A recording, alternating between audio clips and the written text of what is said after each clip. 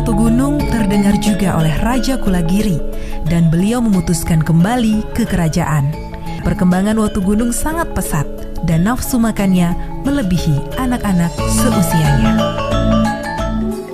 Bunda, aku lapar. Iya nak, sabarlah sedikit. Please Bunda, biar aku ambil sendiri deh makanannya. Pokoknya aku gak peduli. Aduh, sakit Bunda. Kenapa Bunda pukul kepalaku? Sikapmu sudah kelewat batas, Watu Gunung.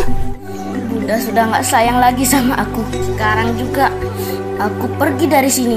Watu Gunung! Watu Gunung! Berhenti nak!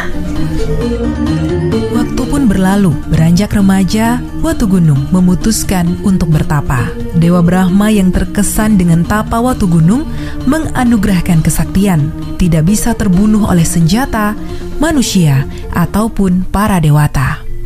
Namun kesaktian itu telah membutakan hatinya.